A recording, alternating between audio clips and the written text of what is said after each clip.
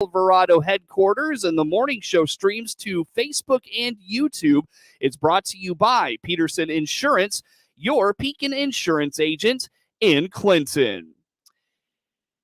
The organizers of an annual field trip for sixth graders at Clinton Junior High School say a lot of thanks is due to two local entities. Haley Bevins is a sixth grade science teacher at Clinton Junior High School, and on regional radio last week told us about the Challenger Learning Center at Heartland Community College. She explains this is a great opportunity to show students the possibilities in the world of STEM, science, technology, engineering, and math. I think sometimes when we read articles or things about STEM jobs and new jobs, and we try to tell kids that right now, several of you will have a job that has not even been created yet. Like that's real life now. And as for me as a kid, like I don't think we ever really talked about, STEM wasn't really a thing, but now it's like kids have to understand that this could be you. And on the field trip, they do such a good job at the Challenger Center telling the kids, after the challenge is over, they're like, okay, now how many of you could work at NASA? And they start to talk about how NASA doesn't just employ, the engineer, we're looking for somebody who can design the spacesuit. We're looking for teachers, the educators. We're looking for people, geologists, biologists, it's all realms of it. And I think that's really important to hit to our kids right now that,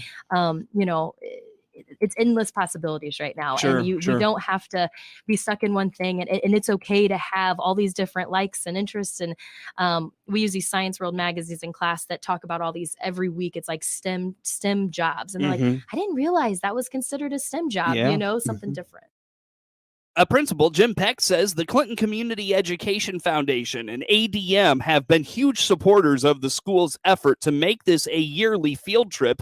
He applauds the CCEF in particular for making this an annual line item in its funding support. So we are very lucky to have the CCEF, the Education Foundation, be such a big part of our district. And they're always looking for ways to help out. And about 5 years ago, actually, before that, when we started really looking at possibly doing this, they were on board and willing to help in any way possible. We put together the grant. Ms. Bevins really worked hard on that, and they've made that commitment. If you look on their site, we're one of the special projects, and so I think it's just proof of how caring this community is, and the people that have been a part of it forever want to give back. So that's been a big source of our funding every year. We also have reached out and been lucky enough to have a connection with ADM, who have helped fund part of this as well over time. So it's just, I think it's just proof that you can look outside your walls and your budget to find those ways to have some special things happen for your students. Bevins indicates this is the 5th year they have been attending the Learning Center in Bloomington. She notes in 2021, they weren't able to go in person, but returned to the in-person field trip last month. Social Security and the Office of the Inspector General are striving to stop government imposter scams and raise awareness in this Slam the Scam Week. This week was started in 2020 by SSA, Office of the Inspector General, to combat Social Security-related imposter scams, but is not expanded to include other government imposter scams. Yeah, so basically, March 5th through 11th is something that's called National Consumer Protection Week. It's something that the Federal Trade Commission does, and Slam the Scam Day is going to be part of that on March 9th. And, Seth, we've talked a lot about the imposter scams, government imposter scams, Social Security representative imposter scams. And unfortunately, they're just not going away. I think by now, all of us have gotten some sort of scam call, whether it's a person claiming to be from a government agency or from an auto insurance or, auto. I mean, we're all accustomed to them now, but unfortunately, people are still falling victim to those. And so basically what's happening here is Social Security and our Office of the Inspector General are teaming up, and we've been doing this for the past few years to combat the Social Security related imposter scams, and have even expanded this notion through Slam the Scam Day to include other government imposter scams. This week is meant to raise awareness on how to spot a government imposter scam, a key objective of Slam the Scam Week. Myers explains there are common elements to many of these scams. Scammers often exploit fears and threaten you with arrest or legal action. They pose as Social Security or other government employees and claim there is a problem with your Social Security number or benefits, or they may even claim your Social Security number is linked to a crime. There are some common elements to most of these scams. So, one of the things that they'll often do is they try to exploit fears and threaten you with arrest or some kind of legal action. If they're posing as a Social Security or another government employee, they'll often claim that there's a problem with your Social Security number or your monthly Social Security benefits, or they might claim that your Social Security number has been linked to a crime and you're potentially in trouble and they're trying to help you get out of that. So, in either of those cases, they're trying to get you into a state of panic where we don't make the most rational decisions when we're in a state of panic. So that's their objective, is to get you there so that they can dupe you into doing whatever it is that they're wanting you to do. So if you get that type of person on the phone call, what you should do, I would say hang up right away or ignore the message. So if it's a voicemail or something, don't bother calling it back. Don't give out any personal information or money. And then you can report the scam to the Office of Inspector General at oig.ssa.gov, or just go to our ssa.gov website, scroll down to the bottom, and you'll see links to our Office of Inspector General. So, you can report those to us, and we do encourage you to do that so that we can get our work in order to try and put a stop to those. It's a challenge, but we have been successful at shutting some of those down. And the more data points we gather on those types of situations, the more likely we are to stop more of them. Myers implores you to hang up right away or ignore the message of a scammer and never give personal information or money. If you legitimately do owe Social Security money, they will mail you a letter with payment options and appeal rights. If you've set up an appointment for somebody to call you from Social Security at a certain date and time, well, then that's probably valid. If you get a call at that date and time, then that probably is us. Or if you've got some sort of business that you're working on with us, and so there's a reason for us to be calling you, that's probably a good indication that it's legitimate as well. But if you owe money or something, if you've been getting benefits and you're overpaid, we don't just call you up out of the blue to tell you something like that. If you legitimately owe money to us, we'll mail you a letter to let you know that you owe money, and it'll include your payment options and appeal rights. So that sort of correspondence is going to be in writing. We're not just going to call you up out of the blue and start asking you questions. And if you do owe money, because that's one of the things that these scammers do a lot, is they somehow try to figure out a way to get money out of you. So if you legitimately owe money to us, there are only a few ways that you can pay that. I mean, there's a pay.gov website that you can use. Mm-hmm. You can set up some sort of online bill pay with your bank so that it mails checks to us, or you can physically send us a check or money order or drop it off in our office. But nobody's ever going to come pick up money from your house. Nobody's going to accept from Social Security, that is. Nobody's going to accept gift cards as forms of payment. Nobody's going to accept cash that's wired or mailed in some other way. Those are, unfortunately, things that I have heard people have fallen victim to, and people have paid money to scammers in those ways under the false pretense that they thought they were paying Social Security. So be very careful about that sort of thing. We're not going to ask for any of those obscure types of payments. It's pretty basic: check, money order. You can do pay.gov with a credit card, or you can send a check to us from your bank. But those are about the only options you'd have. Well, falling victim to a scam can be embarrassing, and Myers hopes you won't be ashamed. It's an excellent point, and it can be something that we feel embarrassed about. And unfortunately, our older friends and relatives tend to lose more money to these scams. And so I think when it happens to an older individual, there's a higher level of embarrassment, Mhm. and there shouldn't be, Mhm. because, sometimes we fear that our friends and family members are going to think less of us if something like this has happened. But that is not the case. This is something that these people are very good at. They're very skilled. So you got to be careful there. And that's why I advise don't talk with them. Just hang up, Mhm. because the longer that you're on the phone with them, the more likely you are to fall victim to that.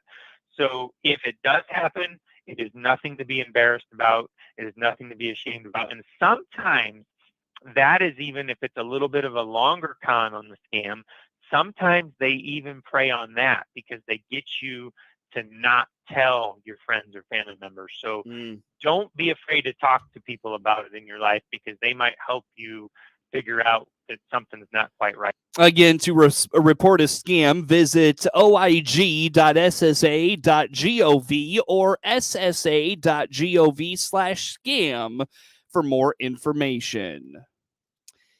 News time is 20 minutes after the hour here on this Monday. Plenty more coming your way next here on the WHOW Morning Show. At Baum Chevrolet Buick in Clinton and Baum Motor Company in Farmer City, our job is to help you and solve your transportation needs. This is Scott Baum. Both in Clinton or Farmer City, we'll listen and find options for a different vehicle, or we'll give you repair options to keep that car, truck, or SUV safe and trouble-free so you can continue with your busy schedule. If it has to do with transportation, we're here to help. Visit our full-service team today in Clinton or Farmer City. Baum Chevrolet Buick, right from the start.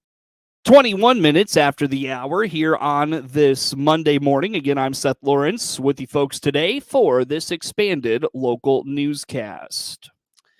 A University of Illinois labor professor says the idea of a 5-day work week is long overdue for an overhaul. Alternative schedules and working remotely really had a chance to shine during the pandemic, so now may be a good time to consider if a 4-day work week is feasible. Professor Robert Bruno says pilot studies have shown it can work.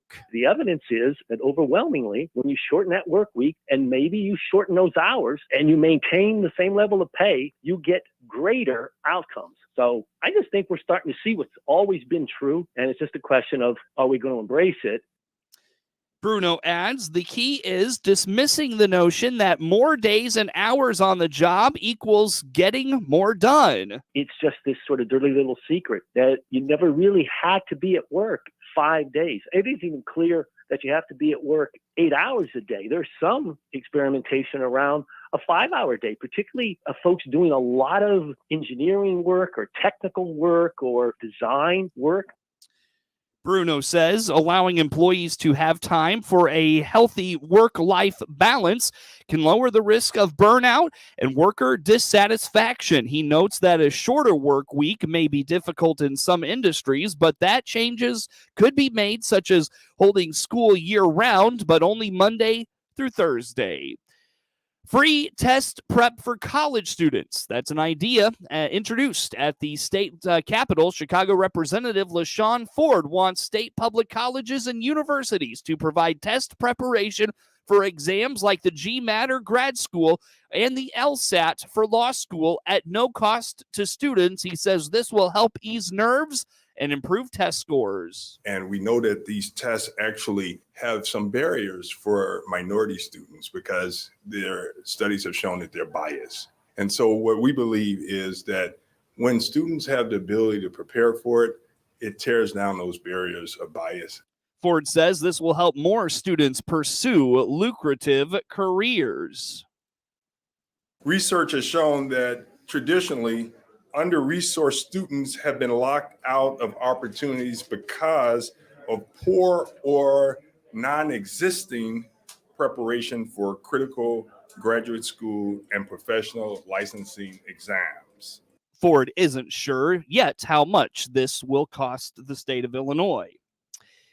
Governor J.B. Pritzker is touting his 3-year plan to ease the teacher shortage in Illinois. The initiative calls for investing $70 million a year in attracting and retaining teachers across the state. The focus will be on schools that have the most need for staff, says Governor Pritzker, allowing them to spend the money as appropriate. Districts all across the state of Illinois are already using innovative ways to bring people into this profession and encourage them to stay here. And we want to help them pay for it and expand what already works.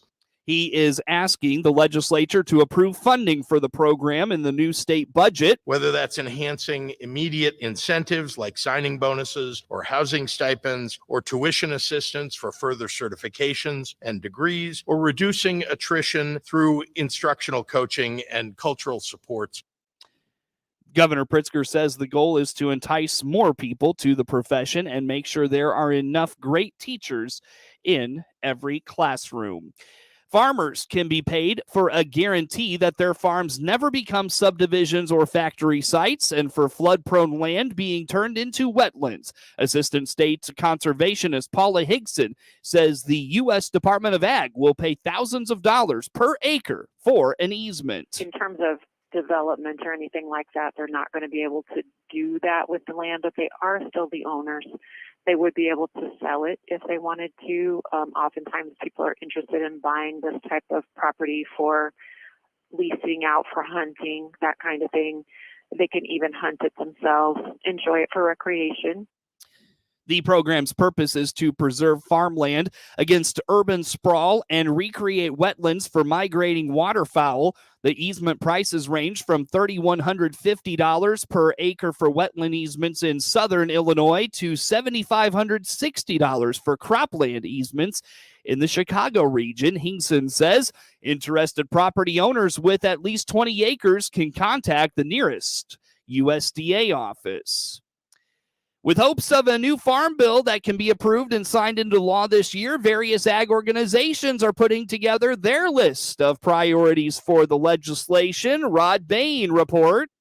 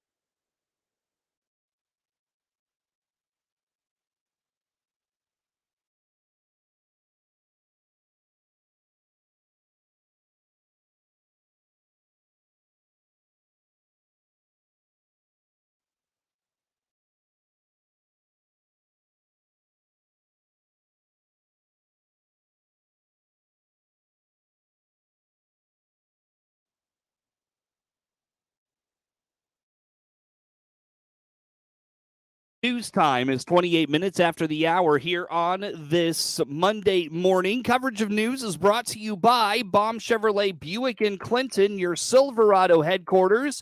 And we stream to Facebook and YouTube, brought to you by Peterson Insurance, your Pekin Insurance agent in Clinton.